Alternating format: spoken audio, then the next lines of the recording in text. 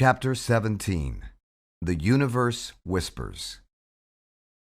And the universe revealed how Amar had risen to the top of his field because he had paid full attention to the signal and listened to the voice, but only in a very narrowly defined context, that of his career and his job and his livelihood.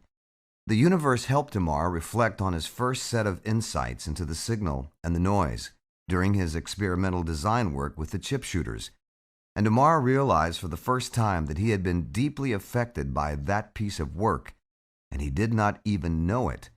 Amar realized only now that while he had successfully figured out which parameters constituted the signal and which the noise for the chip shooters, and that while he had created an elaborate mathematical model on how the chip shooters behaved in relation to their signal and noise parameters, and he had in effect impacted their performance, their behavior, his experiments on those magnificent machines had actually affected Amar's behavior, and he did not even know it.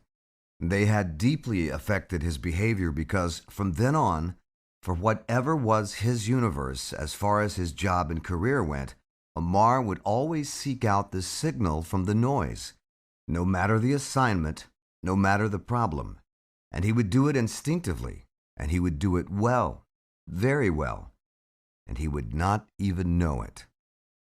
So when he was a management consultant in Chicago and helped his clients in the Midwest and on the East Coast solve their toughest supply chain problems, Amar was able to determine that it was all about properly segmenting the supply chain into different types of materials and services, and that the rate and flow of each had to be treated differently, according to the needs of the business and the lead time to supply.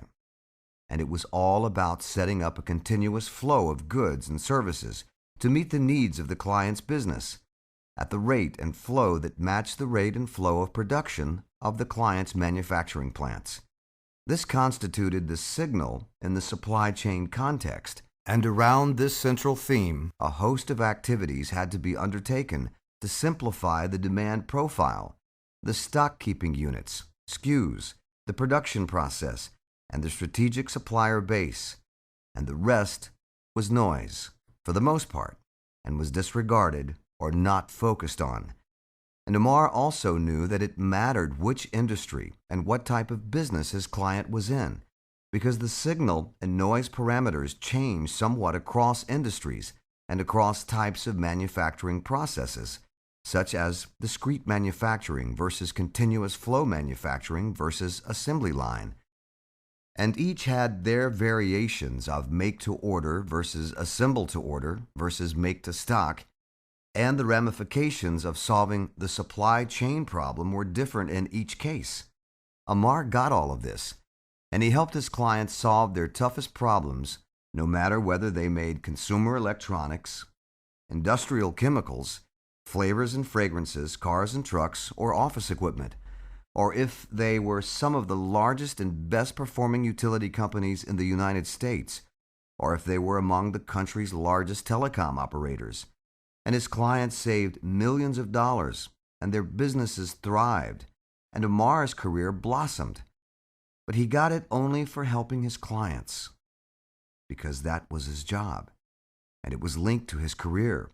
It was key to his success, to answering to the call of duty, which he so fanatically followed, key to his delivering the goods.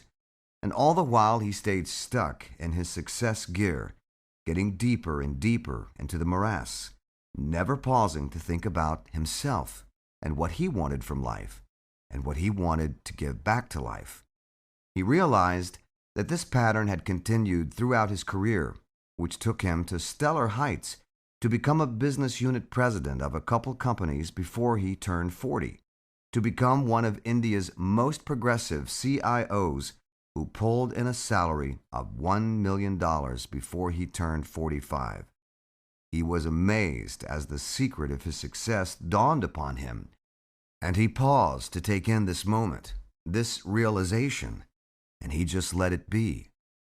As Amar let these thoughts be, and he just let them linger, he went into a very deep sleep, deeper than he had ever experienced. It just happened. He did not know if he willed it or not, at least not consciously. He did not know. Perhaps this was necessary for him to get more insights. Perhaps this was part of his destiny at that point in time. Or perhaps it was also orchestrated by his free will, which was wanting to discover more and more, to understand more and more, and which was, with each passing breath, deepening his yearning for finding out, for understanding, for knowing, for realizing. And in that state, the universe began to reveal things to Amar that he could have never stumbled upon on his own. He could have never analyzed in a waking state. It was as if the universe was opening up her vast mysteries, one small bit at a time, perhaps because Amar had willed it so strongly from within his very core, from the depths of his being, even though he did not know it at the time. And the universe was again conspiring to help Amar fulfill his desires, fulfill his intentions, because that's what the universe does, not just for Amar, but for about 7 billion additional souls on the planet, as we go about our lives in pursuit of happiness, fulfillment, self-actualization, and so many other things, including money and power and love and sex. And the universe revealed even more. And the voice spoke again to Amar, and it said, "Remember, it's all good. This is all good."